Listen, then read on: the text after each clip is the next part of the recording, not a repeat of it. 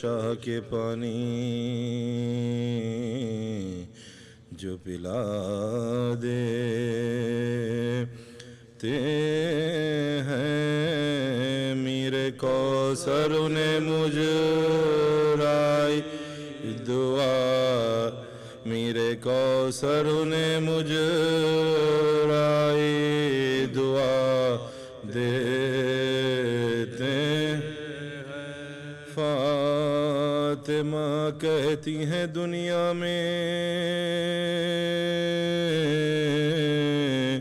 یہ آباد رہیں شے کا پرسا مجھے سب اہل آزاد شے کا پرسا مجھے سب اہل آزاد دیتے قتل اکبر سا پسر ہوتا ہے شے کرتے ہیں شکر صبر ایوب کو شبیر جلال صبر ایوب کو شبیر جلال دیتے چشم سجاد اگر ذوف سے ہو جاتی ہے بند اشقیا پاؤں کی زنجیر ہلاد اشقیا پاؤں کی زنجیر ہلا دیتے رو کے کہتی تھی سکینہ کے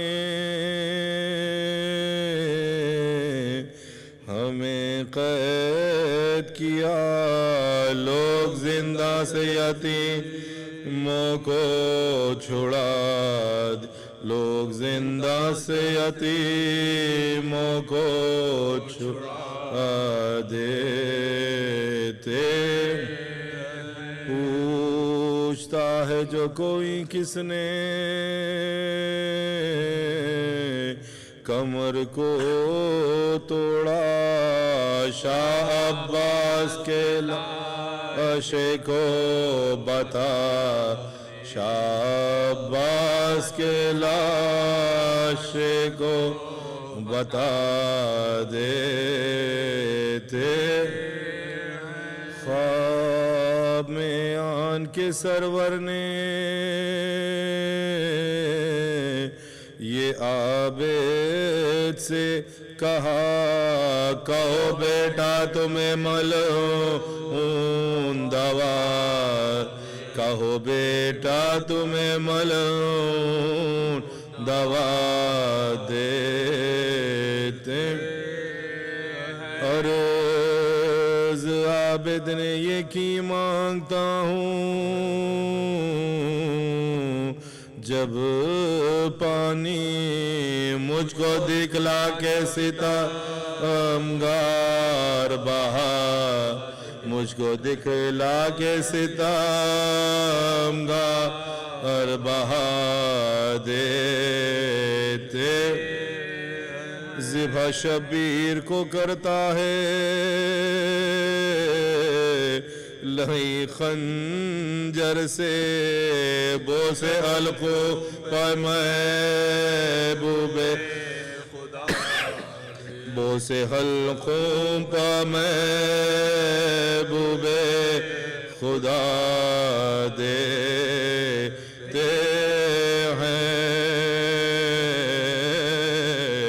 نام پر شاہ کے پانی جو پلا دے صلوات پر محمد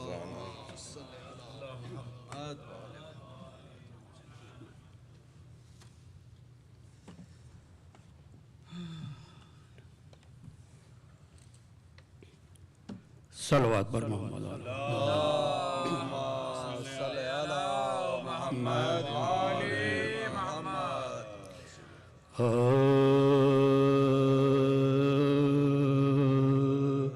علی کی بیٹیاں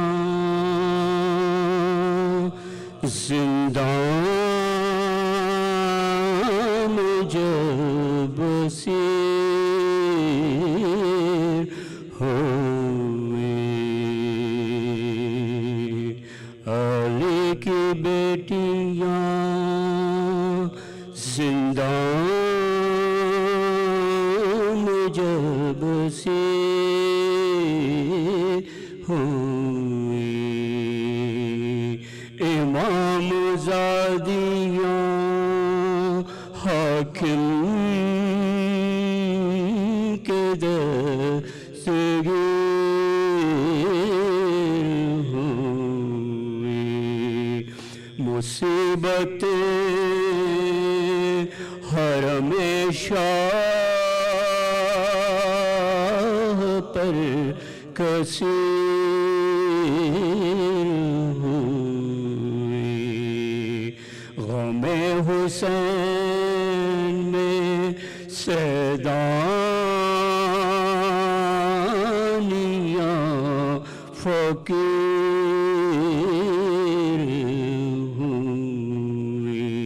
ہوئی بہت دنوں سے میسر نہ آبدان تھا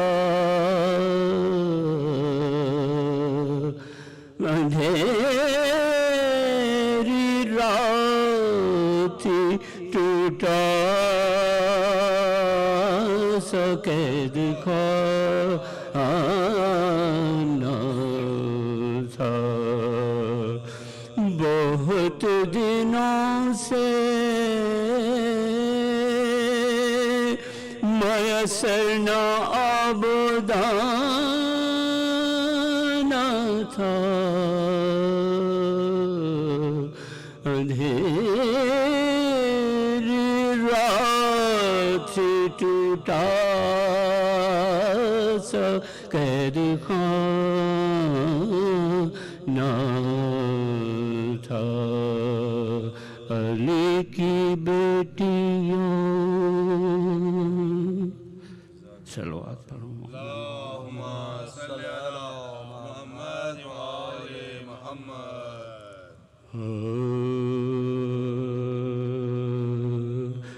بردار ہو کہ تیرا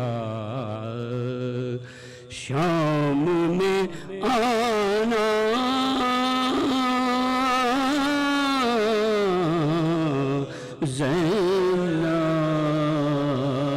زینب بردار ہو کہ تیرا شام میں آنا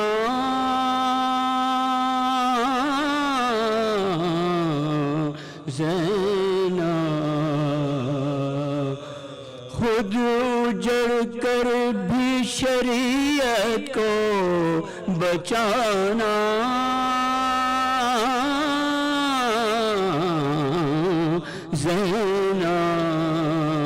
زینب بردار ہو کہ تیرا شام میں آنا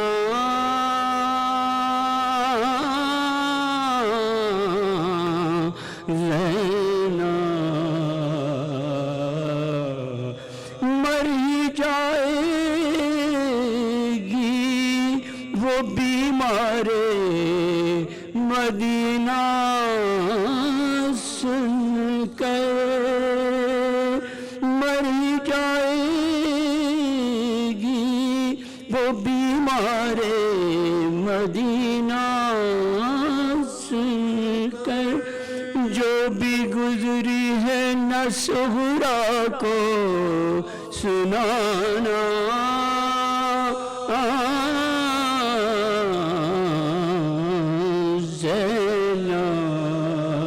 زینب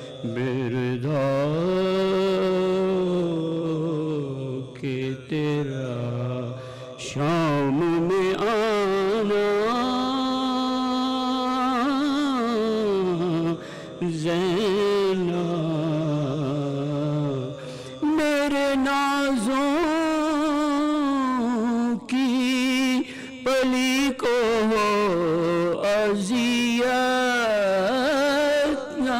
کوئی میرے نازوں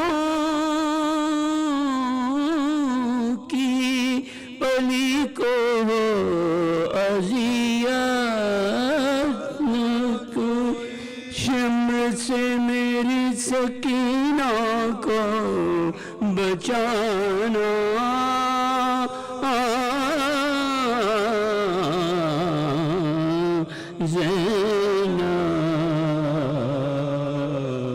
بردا ہو کہ تیرا شام میں آنا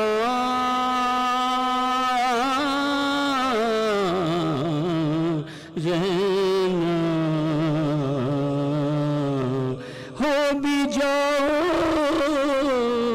جو اسیری میں سے کبھی تم آزاد ہو بھی جاؤ جو اسیری سے کبھی تم آزاد میرے مقصد کو مگر بھول نہ جانا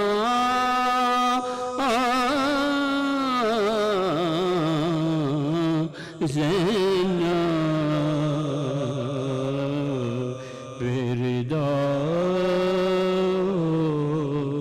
کہ تیرا شام میں آنا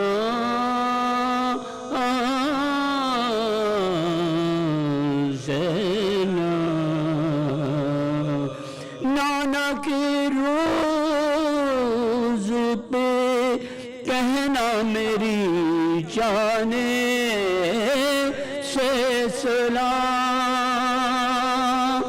نانا کے روز پہ کہنا میری جانے سے سلام چھٹ کے زندہ سے وطن جب کبھی جانا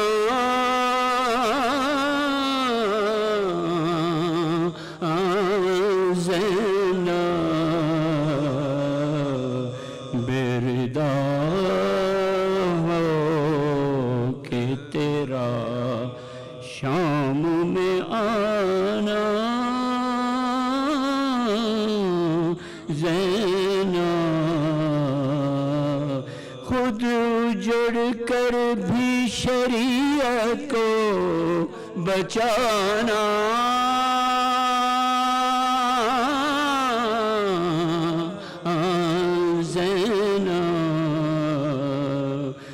بردا ہو کہ تیرا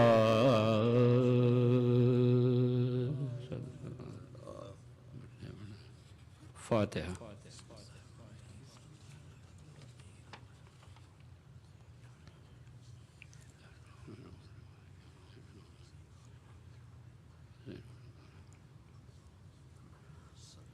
اللہم صلی اللہ علیہ وسلم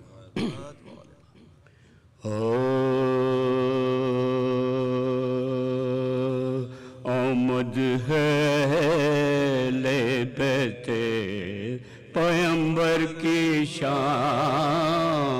میں آمد ہے لے بیت پیغمبر کی شام گیسو کھلے ہوئے ہیں عزائے امام ہر سر پیٹتی ہے فاطمہ دارالسلام زینب یہ نوحہ کرتی ہے بلوائے عام زینب یہ نوحہ کرتی ہے بلوائے عام اور لوگوں خبر کرو میرے نانا رسول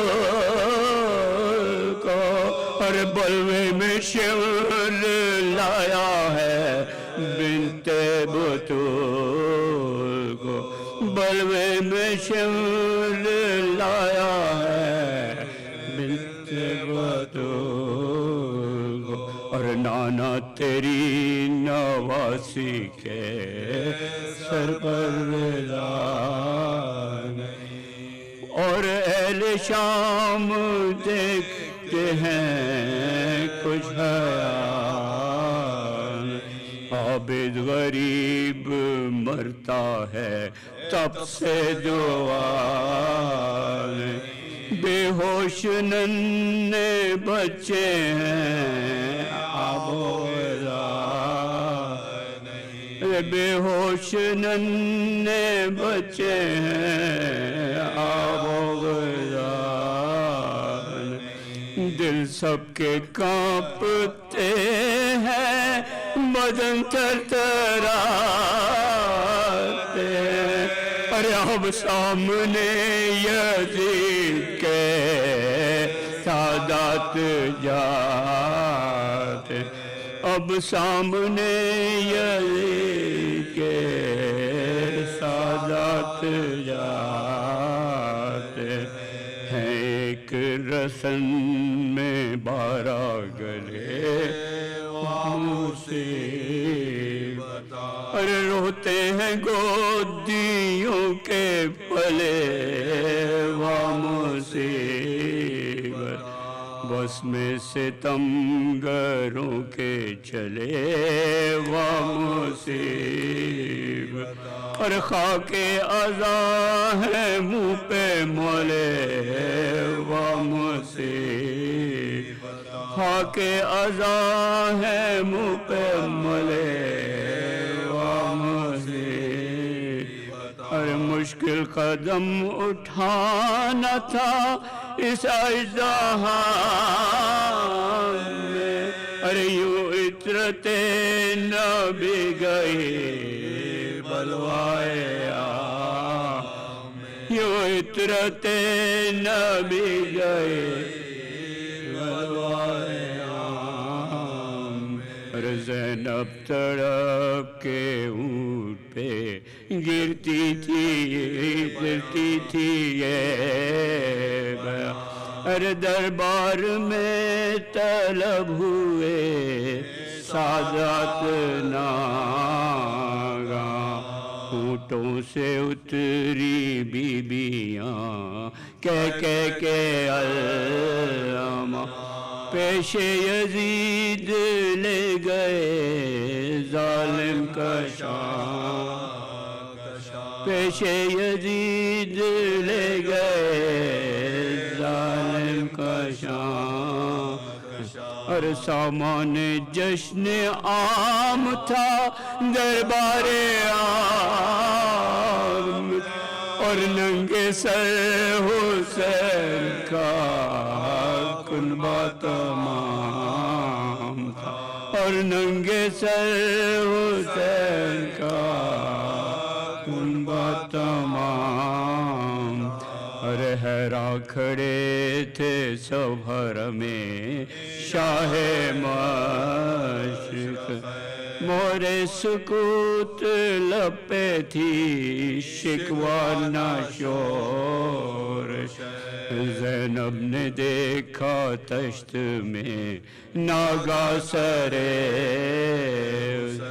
بے ساختہ تڑپ کے یہ کرنے لگی، وہ بے ساختہ تڑپ کے یہ کرنے لگی، وہ ہے نہ موت آئی مجھے راہ شام میں، ارے بھیا میرا سلام لو دربار عام، ارے ہے نہ موت آئی مجھے راہ شام میں، بھیا میرا سلام لو دربار عام میں، آمد ہے اہل بیت پیغمبر کی شام میں، صلی اللہ علیہ وسلم۔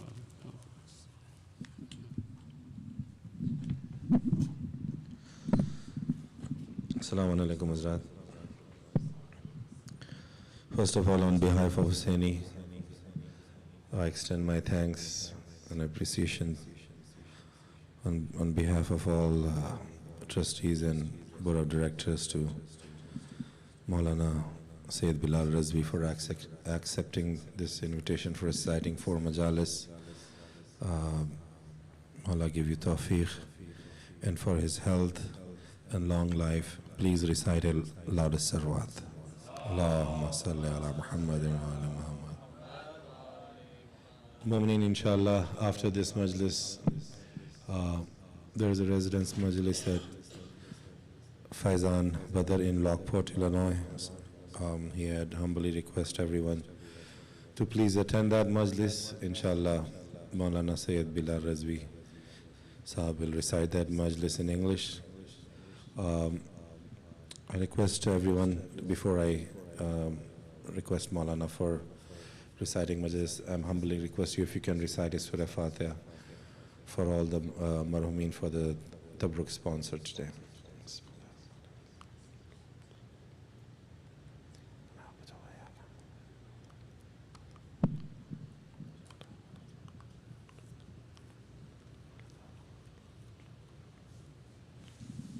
I humbly request Maulana, please come and please recite the majlis. Request the Mu'mineen also try to get close to the member as much as possible. Thank you very much. Please welcome Maulana with the loud salawat. اللهم صل على محمد وآل محمد. رحم الله من قرأ سورة الفاتحة. بسم الله الرحمن الرحيم. الحمد لله رب العالمين الرحمن الرحيم مالك يوم الدين إياك نعبد وإياك نستعين اهدنا الصراط المستقيم صراط الذين أنعمت عليهم غير المغضوب عليهم ولا الضالين. أعوذ بالله من الشيطان الرجيم. بسم الله الرحمن الرحيم. الحمد لله رب العالمين والحمد لله الذي هدانا لهذا وما كنا لنهتدي لولا أن هدانا الله، والصلاة والسلام على إمام القبلتين ونبي الحرمين وأفضل الثقلين وجد الحسن والحسين الذي سمي في السماء بأحمد وفي الأرض بأبي القاسم محمد.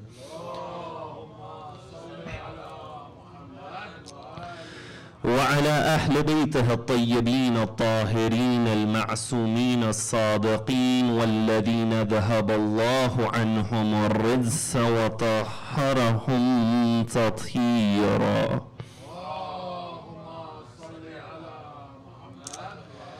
اللهم صل وسلم وزد وبارك على صاحب الدعوة النبوية والسولة الحيدرية والإسمة الفاطمية والحلم الحسنية والشجاعة الحسينية والعبادة السجادية والمآثر الباقرية والآثار الجعفرية والعلوم الكاذنية والحجج الردوية والجود التقوية والنقاوة النقوية والحيبة العسكرية والغيبة الإلهية. اللهم عجل فرجه وسهل مخرجه.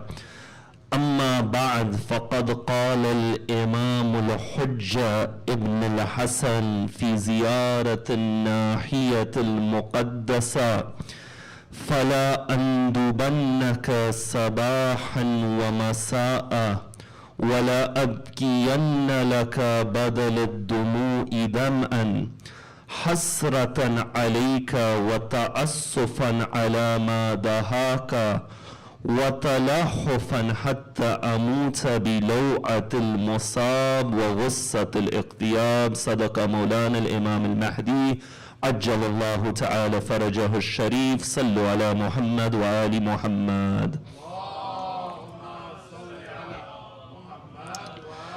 For the love of Ahlul Bayt alayhim as-salam, صلوا على محمد وآل محمد. For the love of Fatima al-Zahra in particular, a second salawat ala Muhammad wa ali Muhammad. as we approach the Arba'een of Imam al-Hussein to give our condolences to the Imam of our time, a louder salawat ala Muhammad wa ali Muhammad.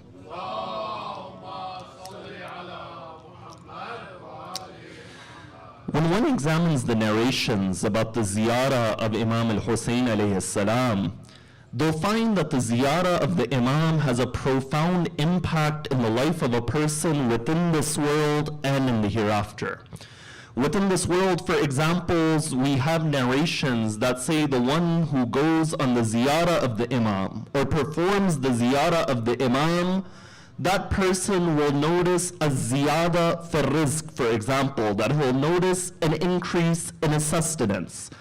Another tradition, for example, will say that the one who goes on the ziyarah of Imam al-Hussein or performs it, that individual will witness tul al-umar. You'll find that God may extend the life of that individual. But you find both of these benefits are from the aspect of this world.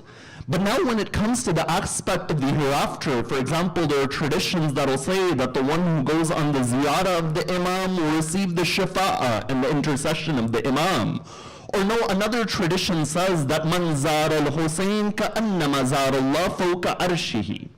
That the one who has done the ziyarah of Imam al-Hussein has done the ziyarah of Allah upon his arsh. Now, of course, Allah doesn't have an arsh in the way that kings and leaders within this world have an arsh. But this arsh is a kinaya or a figurative expression in the Arabic language that the one who does the ziyarah of Imam al-Hussein has attained such a state of closeness with Allah, it's as if he is doing the ziyarah of the arsh of Allah. That's why when you look, we find that there are a number of ziyarat associated with Imam al-Hussein. And even though these ziyarat may differ, you find that there is a general structure and a theme which is common to all of them. For example, in this general structure, the first thing that an individual does is that they send their salam upon Imam al-Hussein. That many of the ziyarat you've heard, they begin with what? Assalamu alayka ya Aba Abdullah. After that, you find the second thing these ziyarat they do is that they describe who Imam al-Hussein was.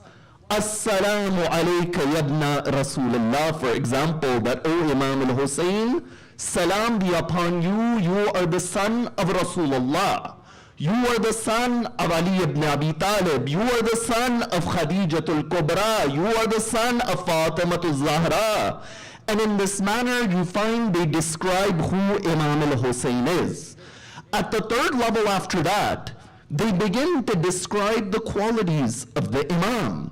And the most famous of these qualities, which is found in the ziyarat, is that the Imam is described as the warith, the inheritors of the prophets. Assalamu alayka ya warith Adam safwatillah. Assalamu alayka ya warith Nuh nabiyullah. And in this manner, you find that this is something which is common to the ziyarat. After this, the fourth thing which you see, which is common to the ziyarat, is that after that you begin to bear witness to the status and the fadail and the virtues of the Imam. You know, normally when you bear witness when you have seen something. But over here, Allah is showing that there is another type of witnessing which is not like the witnessing of the eyes, but it is a witnessing through your iman, it is a witnessing through the heart of an individual. That within the ziyarat, we see the line, Ashhadu annaka qad aqamta as-salat, wa atayta az-zakat, wa amarta bil-ma'ruf, that, O Imam al-Hussein, I bear witness that you established prayer and you gave charity and you forbid from that which is evil and you bid towards good, all of these different realities. Now, despite the fact that, as I mentioned, that many of these ziyarat have a common structure, each ziyarat has a unique feature as well. And amongst the unique features of one of these ziyarat, which I recited at the beginning of this majlis, is that it gives the masayib of Imam al-Hussein at a level of detail which is unparalleled. And that is that ziyarah known as ziyaratul nahiyatul muqaddasa. You see, within the ziyarat, There are certain details within this ziyarah which are given at a level that only the grandson of Imam al-Hussein can give. Because after all, this is that ziyarah which explains the masayib of Imam al-Hussein not in the way any khatib or zakir does. But this is that ziyarah where the masayib of Imam al-Hussein is coming from the waris of Imam al-Hussein. The masayib of Imam al-Hussein is coming from the grandson of Imam al-Hussein. That as in when the Imam says that As-salamu ala al-juyub al-mudarrajat, As-salamu ala al-shifa' al-dhabilat, that the Imam says salam be upon the blood-covered chest of Hussein, and salam be upon the dried lips of Hussein. You see, this ziyarah is presenting a level of detail which is not found in any other maqtal, which is not found in any other source. And that's why the subject of analysis tonight is examining this ziyarah at an introductory level. You see, when it comes to the ziyarah, an entire series is not enough if we go line by line. But at the introductory level, the ziyarah begins a very interesting discussion. And that discussion is that how did the event on the day of Ashura reach us today? You see, the moment the moon of Muharram is sighted, there's many questions that come up year after year that people will ask, that what was the age of Hazrat Ali Akbar on the day of Ashura? They'll ask that did a marriage occur between Qasim ibn al-Hassan and anyone else on the day of Ashura? They'll ask that who was the first martyr on the day of Ashura?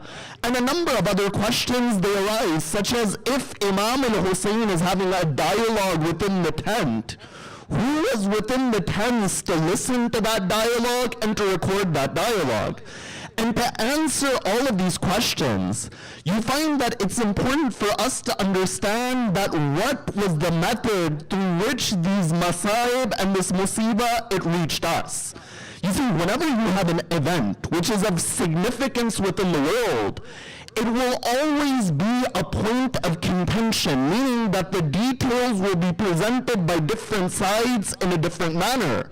I mean, even within this country, if there was a war 40, 50 years ago, those individuals who belong to the political party of the president will present the details in a different manner from the opposite party.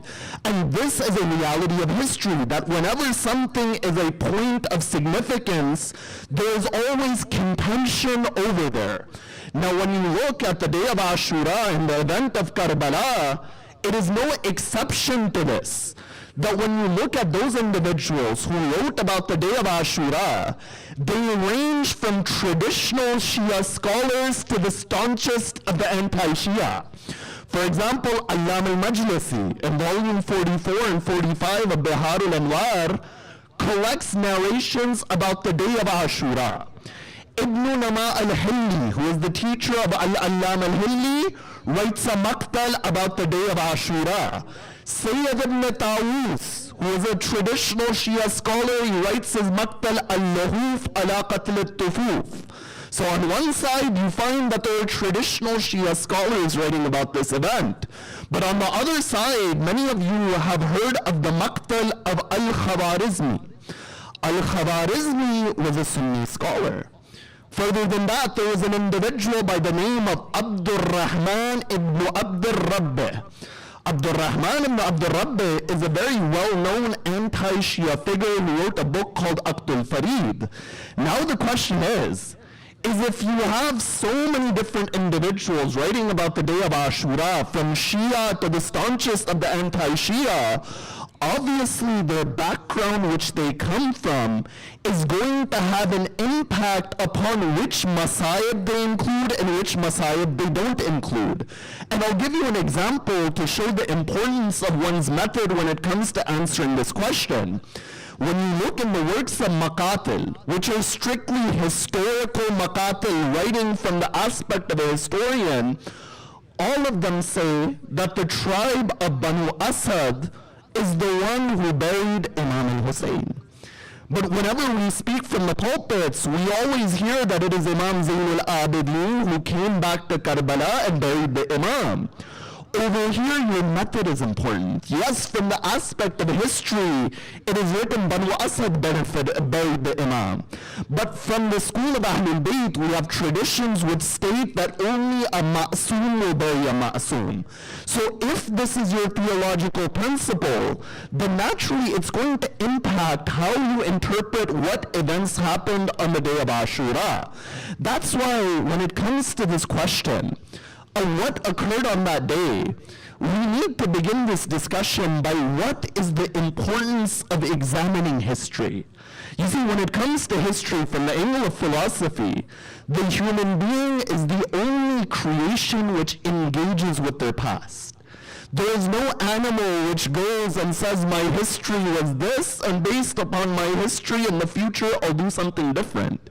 It is only the human being that examines the events of the past, takes lessons from the events of the past, and is able to apply them into the future. That is why when you look at the history, Imam Ali alayhi salam, in his famous letter to Imam al-Hassan, he says that I know the events of the people of the past at such a level that it is as if I walked with them. And further than that, when you look at the Quran, what is the Quran? There are many examples in the Quran of people who lived within the past. That the Quran will give the example of Nabi Yusuf. It will give the example of Nabi Isa, for example. It will give the example of Ashab al-Kahf and the people of the cave and all of these different individuals. Why? The Quran is saying, oh mankind, these events which have come past you, they are a lesson for you. And in that way, history is not just a blind recitation of the past, but rather history is a living exercise. And through this living exercise, you are gaining examples. That's why in Surah Yusuf, the Quran says, لَقَدْ كَانَ فِي قَصَصِهِمْ إِبْرَةٌ لِأُولِي الْأَلْبَابِ.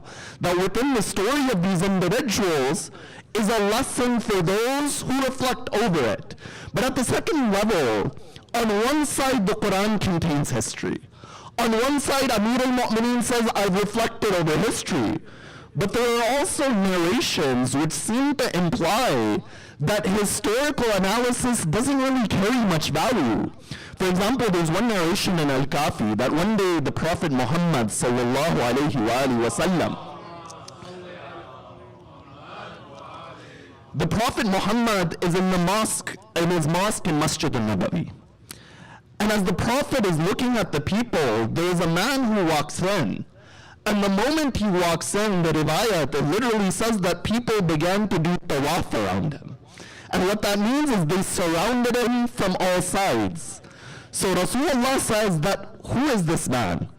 They say to Rasulullah that this man is an allama. This man is extremely learned, that, allama sahab aa gaye. So Rasulullah says, what makes him extremely learned? They say that he knows the events of Jahiliyyah in the days of ignorance. And he knows the poetry of the Arabs. He knows about their battles. Rasulullah says this is that knowledge that if you know it, it doesn't benefit you. And if you don't know it, it doesn't harm you. So over here you see that this narration seems to imply at the outward level that historical analysis doesn't carry benefit. But the way you reconcile both is that if history is just a dry history, it has benefit within this world. But if that historical analysis is filled with reflection, then within this dunya and the akhirah, it has a benefit. That's why when we examine the day of Ashura, you find it is not just that we are examining a historical event, but in reality, the event of the day of Ashura remains alive within us.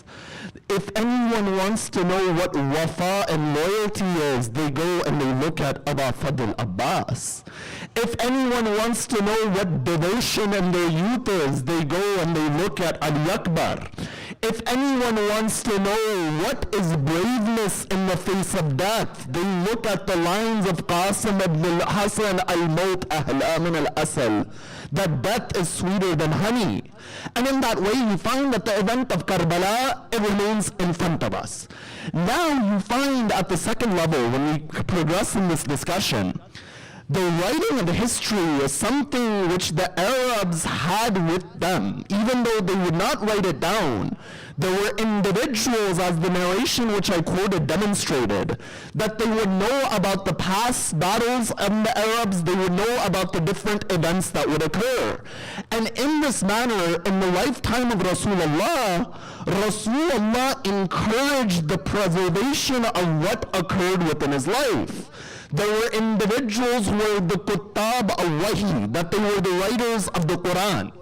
There were individuals who would preserve the hadith and the narrations of Rasulullah. Of course, after the death of the Prophet, the situation changed. It's very well known that up until 150 years after the death of Rasulullah, you find that the writing of the history, the writing of hadith was banned except during the Khilafat of Amir al-Mu'mineen. Imam Ali alayhi salam, he wrote within his lifetime. Number one, he wrote and he compiled his copy of the Quran. But at the second level, we find that the works of hadith mention that Imam Ali wrote a book about diyat, about blood money, which was called as-Sahifa.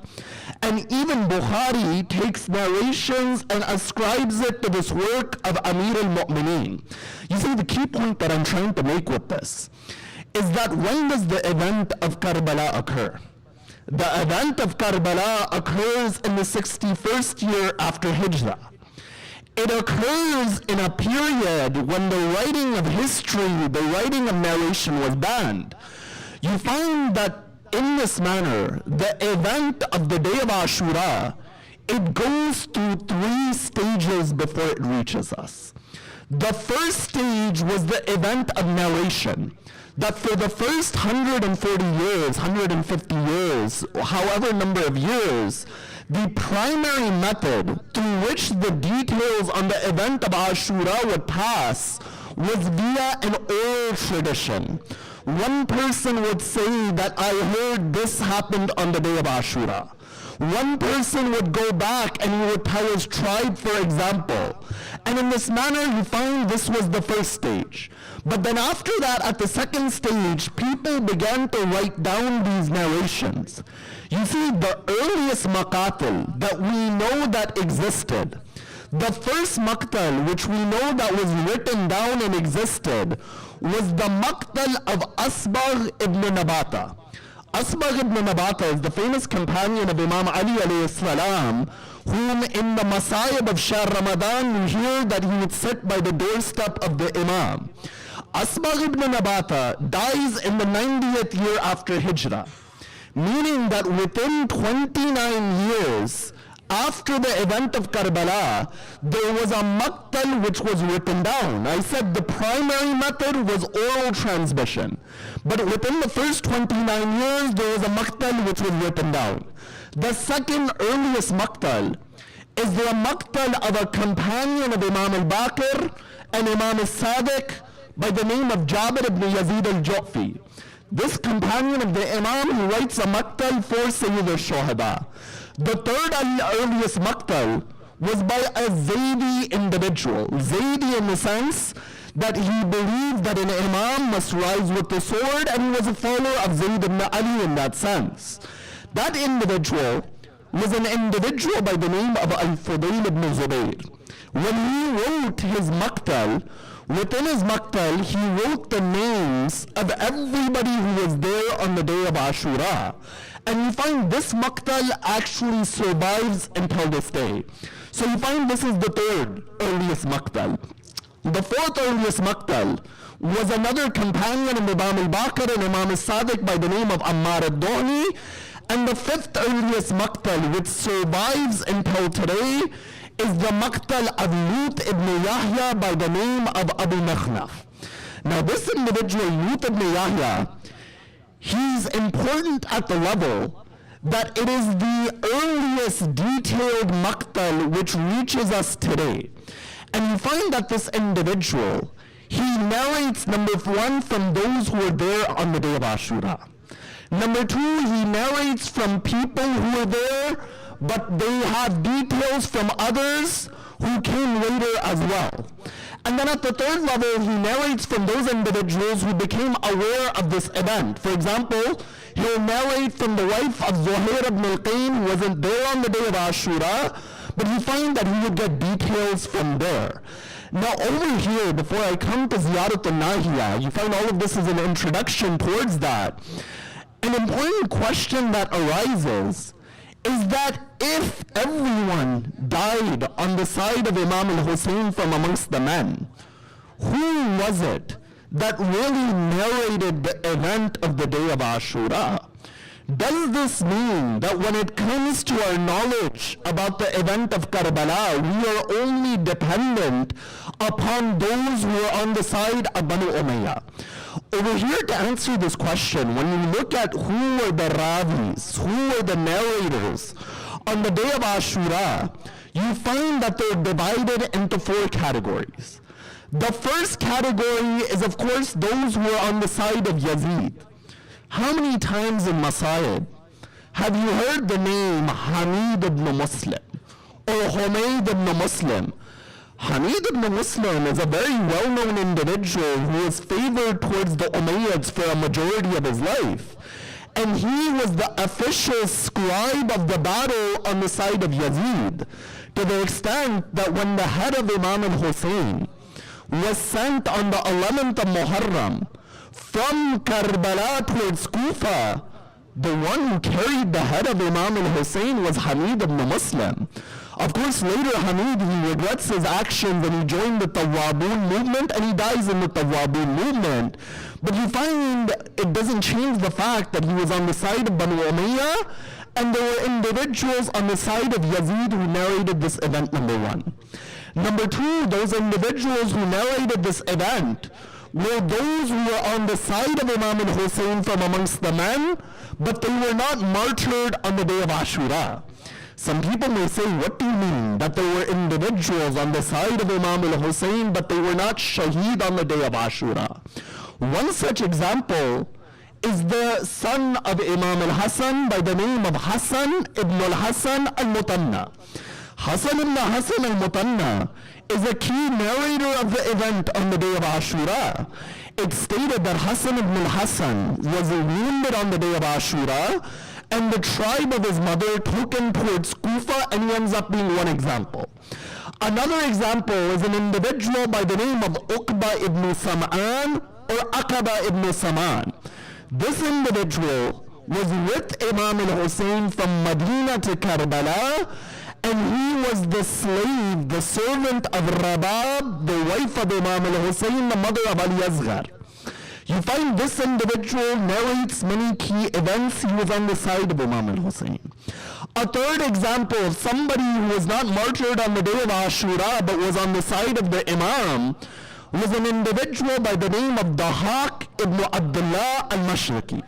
You know, Dahaq ibn Abdullah al-Mashriqi, he meets Imam al-Hussein on the Imam's journey to Karbala. When he meets the Imam says, Dahaq, are you going to join me? Dahaq says, I will join you. But the moment I see that the battle is over, that you are going to lose, give me permission for me to leave you. You see, Imam al-Hussein is not dependent upon anyone. Imam al-Hussein said, very well, you can leave me.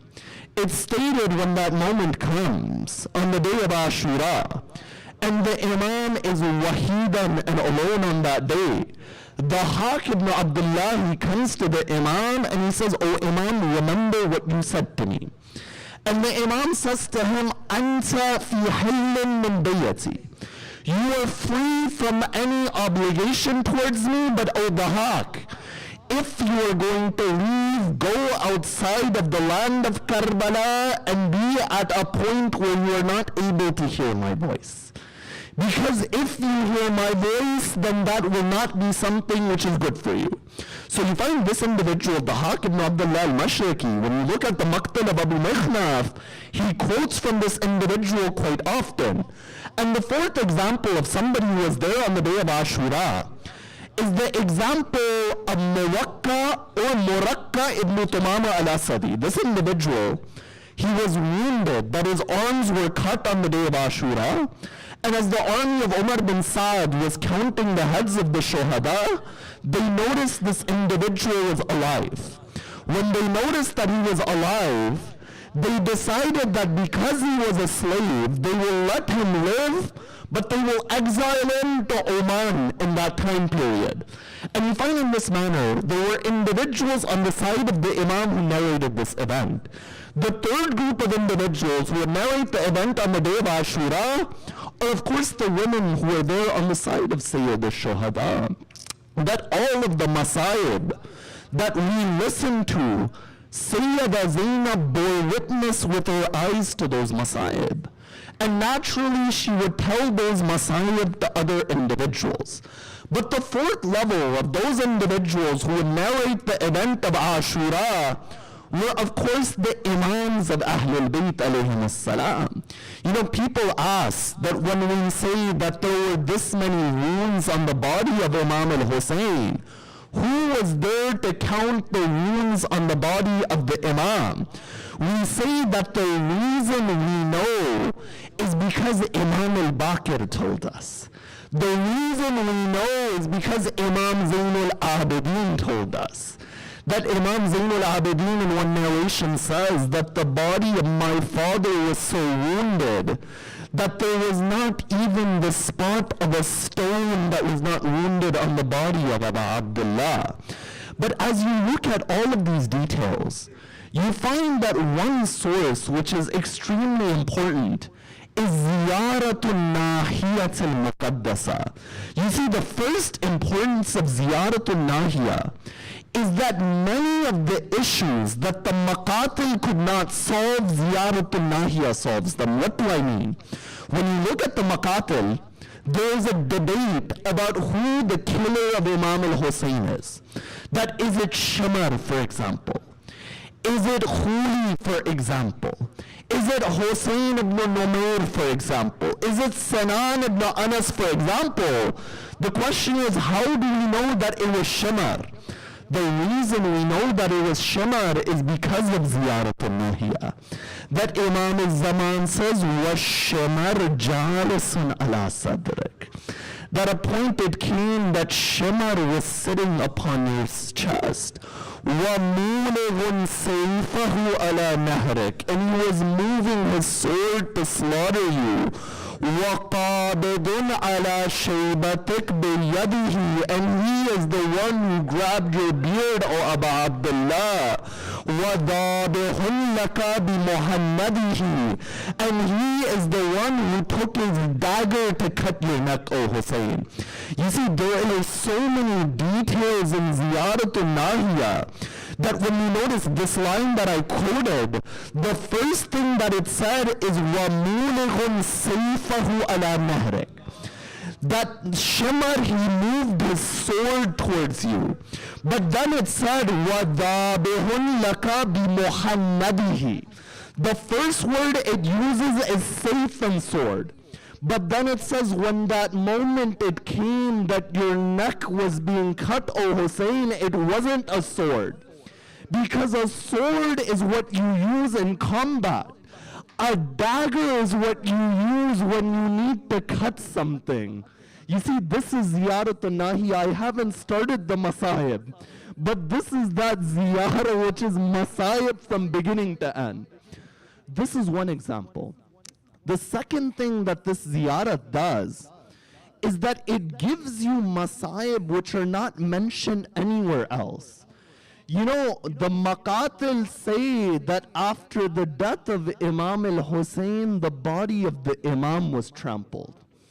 But Ziyaratul Nahiya paints another picture.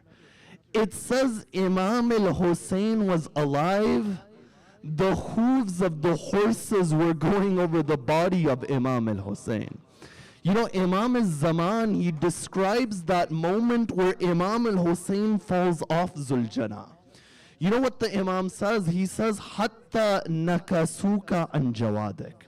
That point it came where you fell off your horse. فَحَوَيْتَ إِلَى الْأَرْضِ جَرِيحًا. And O Hussein, as you were falling to the ground, your body was wounded as you were following. And then that moment it came, وَتَطَاءُقُ الْخُيُولُ بِحَوَافِرِيَا. And the horses would take their hooves over your body, O Hussein. You see, this is a masaib which is introduced through Ziyaratul Nahiya. No, another masaib which is only found in Ziyaratul Nahiya. You know, you've heard that the women of Ahlul Bayt, there were ropes upon their arms. You've heard that in masaib. And you heard that there would be a chain upon them. But Imam al-Zaman says that it wasn't just a rope upon the arms of the women. He says, وَصُبِيَ أَهْلُكَ كَالْأَبِيدِ. That your family, O Hussein, was taken like servants. وَصُفِّدُوا فِي الْحَدِيدِ. But it was iron which was tied upon them. It was hadid which was tied upon them. But no, Imam al-Zaman even describes how the arms of the women were tied. You know what he says? He says, أَيْدِيهِمْ مَغْلُولَةٌ إِلَى الْأَعْنَاقِ. He says that when they tied the arms of the women, it wasn't just the arms that were tied, but the arms of the women of Ahlul Bayt were tied towards their necks when they were taken from Karbala to Kufa. You see, this masaib can only be given by the grandson of Sayyid al-Shuhada. You see, Ziyaratun Nahiya. But what does Nahiya mean? Nahiya is one of the titles of Imam al-Zaman. You know, in Ghaybat al-Sughra, in the lifetime of Imam al-Zaman, they wouldn't take his name. And there are many hadith from Imam al-Sadiq, Imam al-Rida, Imam al-Askari, that says, Inna sahiba hadal hamar, Inna sahiba hadal amar, la yusammihi illa al-kafir. That only a kafir will take the name of Imam al-Zaman as Muhammad ibn Hassan al-Askari alayhi salam.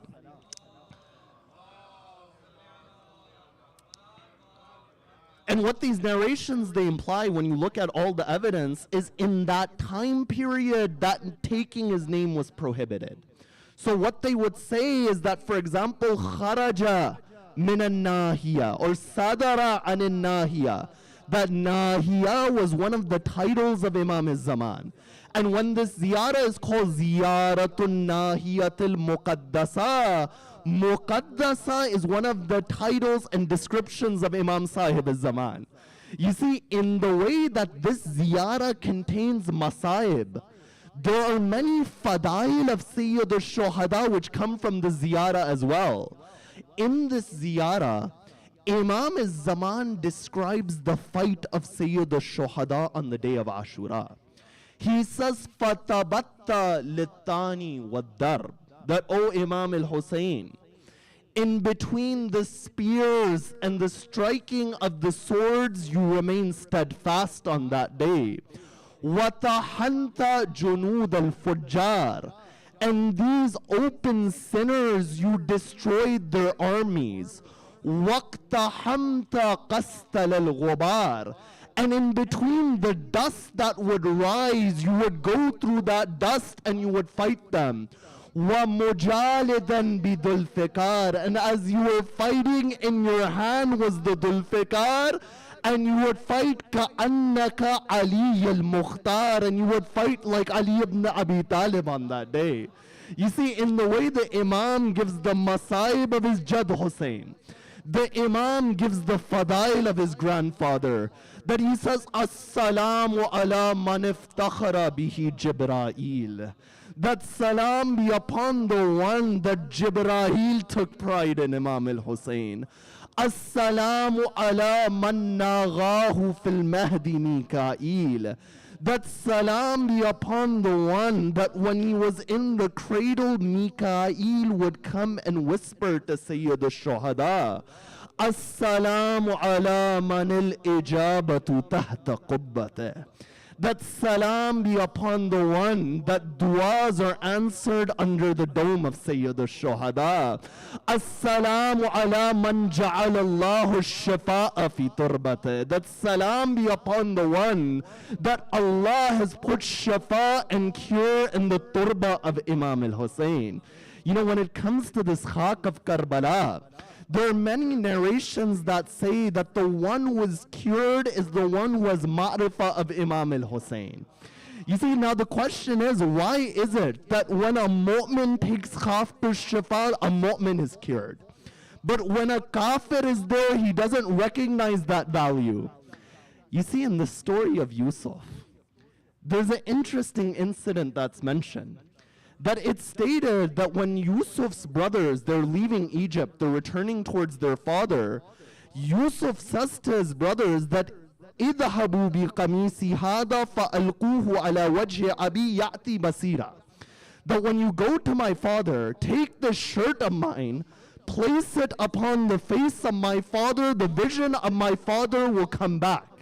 Now the Quran says that the moment the caravan begins to leave, the caravan is leaving from Egypt. Yaqub is in Canaan in Palestine. It's stated at that moment as the caravan is leaving, you find that Yaqub says that I smell the ri and the scent of Yusuf. The brothers, they say to their father, some of the brothers, they were with Yaqub, they say to their father that you are making your same old mistakes. In other words, your love of Yusuf has blinded you. We don't smell anything.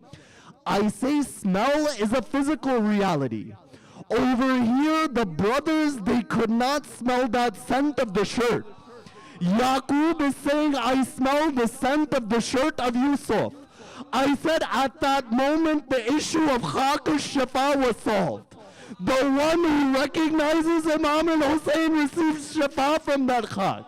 And the one who doesn't recognize the Imam is like the brothers of Yusuf. So you see, this is that reality.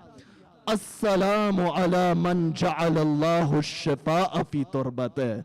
You see, in Ziyaratul Nahiya, one more aspect of Ziyaratul Nahiya, which many people they ask, is that why does Ziyaratul Nahiya say, As-salamu ala man dafanahu ahlul qura?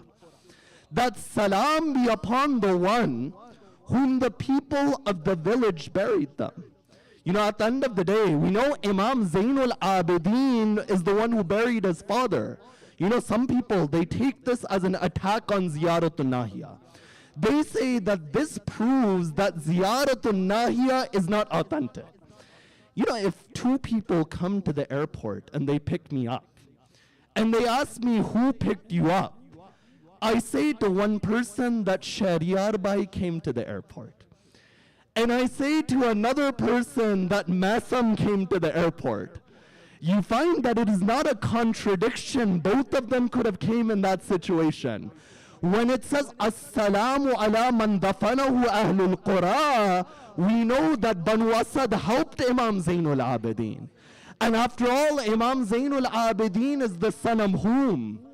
He is the son of that man on the night of Hijrah. The kuffar of Quraysh, they had surrounded the house of Rasulullah. And when they had surrounded the house of Rasulullah all night, they spent at that doorstep. It stated that Rasulullah, he comes out of the house. And as he exits the house, you find that they're not able to see Rasulullah. I say at the end of the day, Zainul Abidin is the grandson of Rasulullah. But if Zainul Abidin leaves Kufa from that prison in Kufa, this is not something which is unprecedented in history. So you find this is one issue. But the second issue is something which is commonly raised about Ziyaratul Nahiya, and after this I'll move towards Masaib. And that is the discussion about those lines which describe what happened after the Shahadat of Imam al-Husayn. You know, those lines they say about the women of Ahlul Bayt, that when they hear that Zuljana comes back, it says, Barazna min al-khudur, nashirat al-shu'ur, على الخدود لاطمات الصفوه والوجوه الصافيات وبالعويل داعيات. You know what it says? It says that the women, they exited the tents. The second thing that the women of Ahlul Bayt, they do according to the ziyarah, is that they uncover their hair at this moment. You see, the question is it befitting of Sayyida Zainab to come out of the tent and for her to open her hair? Yes, we know one great masaib is that those zalimeen, they took the hijab of the women. But how do we answer this line within Ziyaratun Nahiya? The first answer that you give is that you need to understand Shab-e Ashur. You know, on the night before Ashura, one thing which Imam al-Hussein did is that he placed the tent of the women in the middle. And the tents of the men, the companions of the men members of Ahlul Bayt, they surrounded the tents of the women. So the tent of the women is in the middle, and in that way there is an entire army camp. Outside of the tent of the women, it is surrounded by the tent of the ashab of Imam al-Hussein, and on the back side, the Imam, he dug a khandak. In that khandak, he placed firewood and he lit a fire. The first answer that you give is that if it is saying that the women, they exited the tents, and the women disheveled their hair, they uncovered their hair, this does not mean that those individuals who were on the other side could see them. Because even if they exit their tent, you find that there is an entire army camp which is covering them from the side of Umar ibn Saad. This is the first answer. The second answer which has been given is that when the ziyarah says Nashirat al-Shu'ur, this means that they unveiled the makna. You know, below the scarf there is a makna, which is a type of cap which covers the hair. The second answer is not that Sayyida Zainab or any of the women went out with their hair uncovered, but rather it was under the scarves that the makna was unveiled as a manner of mourning. But the third answer you can give is that it does not mean that all of these events, they occurred in this order. It could mean that within the tent they uncovered their hair, and then later they came out. You know, if I say somebody came to IEC HUSAINI, and they entered IEC HUSAINI, they took their shoes off. It doesn't mean that they entered HUSAINI, then afterwards they took off their shoes. The Imam in Ziyaratun Nahiya over here is giving a list of actions which took place as opposed to the order which they took place in.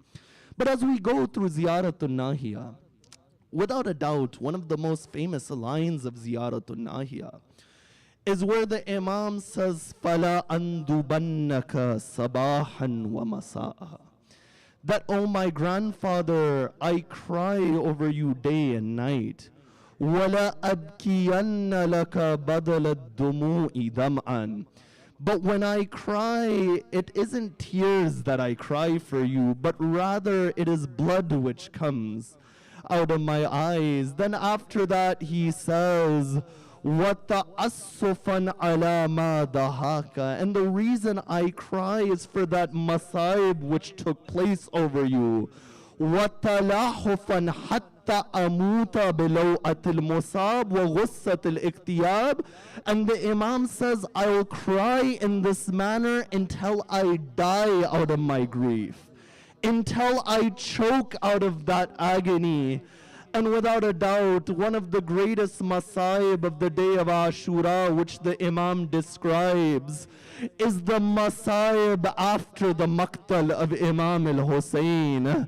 The Imam says that moment it comes, that your horse, it begins to return back towards the tents. And as the horse is returning back towards the tents, وَلَمَّا رَأَيْنَا النِّسَاءَ جَوَادَكَ مَخْزِيَهَا. The women, they saw that your Zuljana is coming back.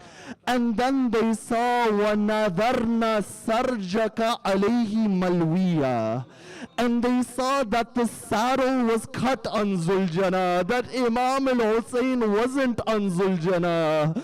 The moment they saw that, barazna min al-khudur, they began to step out of the tents, nashirat al-shu'ur, with their hair disheveled. And then it says, al-khududi latimat, that all of them, as they came back, they were striking their faces at that moment. You know, another riwayah, it says that the moment Zuljana comes back to the tents, the daughter of Imam al-Hussein, Sakina, she goes to Zuljana, and you know what she says to Zuljana? She says, Hal sukiya abi amma ta'adshana. She says, oh Zuljana, I know my Baba, my father isn't with us, but oh Zuljana, was my father given water? Or when they slaughtered my father, he was thirsty at that moment. After that, the order it comes, the first order which Umar bin Saadi gives. He says, trample the bodies of the shuhada, that in between the hooves of the horses, the bodies of the shuhada would begin to be broken under those horses. After that, Umar bin Saadi says that begin to burn the tents of the women. They began to burn the tents of the women of Ali Muhammad, that from one tent to another they would go. But you know, Hamid ibn Muslim, he says something strange. He says all of the women were running away from the fire. All of the women were running away from the burning tents. But he saw that one lady was going inside. He says, I thought to myself, what did she leave inside the tent that she's going inside the burning tents? He says, as I was watching that woman, a point it comes that there was a young man upon her back, that on the night of Shab Ashur, on the night of Sham Ghariba, that Sayyida Zainab, she brings Imam Zainul Abidin. But you know, as the women are going from tent to tent, it stated a point it comes when the shirt of the daughter of Imam al-Hussein, it catches on fire. Hamid bin Muslim, he says, I went towards that girl. She said that I brought water to place out the fire. She said to me, oh man, do you not know which household we belong to? Oh man, we are from the house of Ahlul Bayt, do not step near me. You find after that, the night of Sham Ghariba, it continues. One riwayah, it says that water was brought to the tents of Ahlul Bayt. Now, whether it was the wife of Hur or whether it was somebody else, I don't know who it was. But it stated that when water was brought towards the Ahlul Bayt, Sayyida Zainab began to give that water to the children. Sakina, she says to her aunt Zainab, oh Pupi Amma, oh my aunt, why do you not drink from the water? Sayyida Zainab says, oh Sakina, first the children drink, then everyone else drinks. You know what the daughter of the Imam does at that moment? She begins to go towards the Maktal. Sayyida Zainab says, oh Sakina, where are you going? She says, oh my aunt, you are the one who said that children, they drink. I am going to look for my brother Ali Asghar on that night. You know, as that night it comes, at one point, Sayyida Zainab is looking for the children. She notices that Sakina is not amongst them. So she goes to the Maktal. She's calling the name of Sakina. At that point, point she hears a voice from the cut body of Imam al-Hussein. That voice, it says, "Oh Zainab." When she looks, she sees Sakina is upon the body of her father. The final line, they say, "Oh Sakina, usually you recognize someone because there's a head on the body, but the head of your father was cut. How did you know it was your father?" She says that as I was going to the maqtal, I heard a voice from the cut body of my father. That voice said, "Ilayya, Ilayya ya bunayya," that, "Oh my child, come towards me." Ala la'natullah ala al-qawm al-dhalimin. سيعلم الذين ظلموا أي منقلب ينقلبون. Ya Allah, through the right of Muhammad and Ali Muhammad, wherever the followers of Ahlul Bayt are in difficulty, help them. Wherever they're sick and ailing, cure them. Ya Allah, give us the tawfiq to walk and to emulate the teachings of Ahlul Bayt. Ya Allah, grant us the ziyarah of Ahlul Bayt and hasten the reappearance of the 12th of Ali Muhammad, Matam Hussein.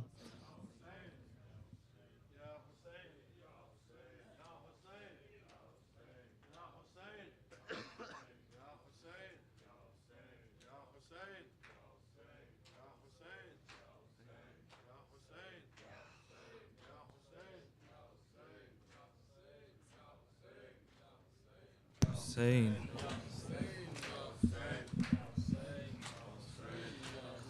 آکے مقتل میں صف ماتم بچھاؤ فاطمہ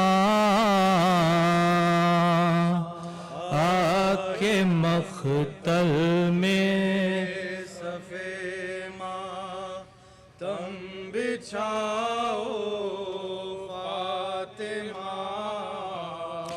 آکے مقتل میں صف ماتم بچھاؤ فاطمہ آکے مقتل میں صف ماتم بچھاؤ فاطمہ آکے مقتل میں صف ماتم بچھاؤ فاطمہ دشمنوں میں گھر گیا ہے آپ کا پیارا حسین دشمنوں میں گھر گیا ہے آپ کا پیارا حسین جاں بلب ہے کربلا میں بے کس و تنہا حسین جاں بلب ہے کربلا میں بے کس و تنہا حسین تشنہ لب بیٹے کو سینے سے لگاؤ فاطمہ آکے مقتل میں صف ماتم بچھاؤ فاطمہ آکے مقتل میں صف ماتم بچھاؤ فاطمہ اب نہ قاسم ہے نہ اکبر ہے نہ عباس جری اب نہ قاسم ہے نہ اکبر ہے نہ عباس جری خنجر ظلم و ستم ہے گردن سبت نبی خنجر ظلم و ستم ہے گردن سبت نبی عصر کا ہنگام ہے بالی پہ آؤ فاطمہ آکے مقتل میں صف ماتم بچھاؤ فاطمہ آکے مقتل میں صف ماتم بچھاؤ فاطمہ گرم ریتی پر تڑپتا ہے نبی کا لاڈلا گرم ریتی پر تڑپتا ہے نبی کا لاڈلا گونجتی ہے کربلا میں واہ حسینہ کی صدا گونجتی ہے کربلا میں واہ حسینہ کی صدا بیردہ مقتل میں زینب ہے سنبھالو فاطمہ آکے مقتل میں صف ماتم بچھاؤ بچھاؤ فاطمہ آ کے مقتل میں صفے ماتم بچھاؤ فاطمہ کیا مصیبت کی گھڑی ہے کیا قیامت کا سما کیا مصیبت کی گھڑی ہے کیا قیامت کا سما آئے ہے کرب و بلا میں سرور کون و مکان آئے ہے کرب و بلا میں سرور کون و مکان غم کی یہ روداد بابا کو سناؤ فاطمہ آ کے مقتل میں صفے ماتم بچھاؤ فاطمہ آ کے مقتل میں صفے ماتم بچھاؤ فاطمہ اللہ اللہ ابن حیدر بے خطا مارا گیا اللہ اللہ ابن حیدر بے خطا مارا گیا رہ گئی زینب تڑپ کر اور گلا کاٹا گیا رہ گئی زینب تڑپ کر اور گلا کاٹا گیا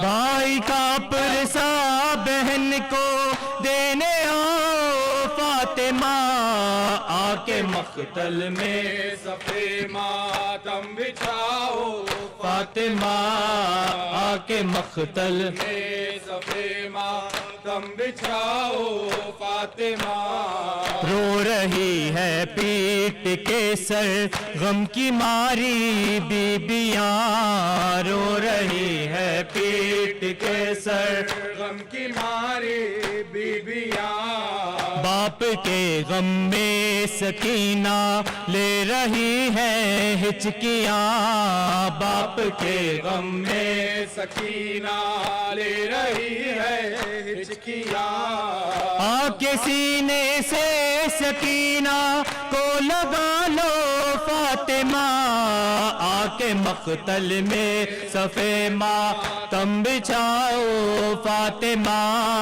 آ کے مقتل میں صفے ماتم بچھاؤ فاطمہ یا حسین یا حسین یا حسین یا حسین یا حسین یا حسین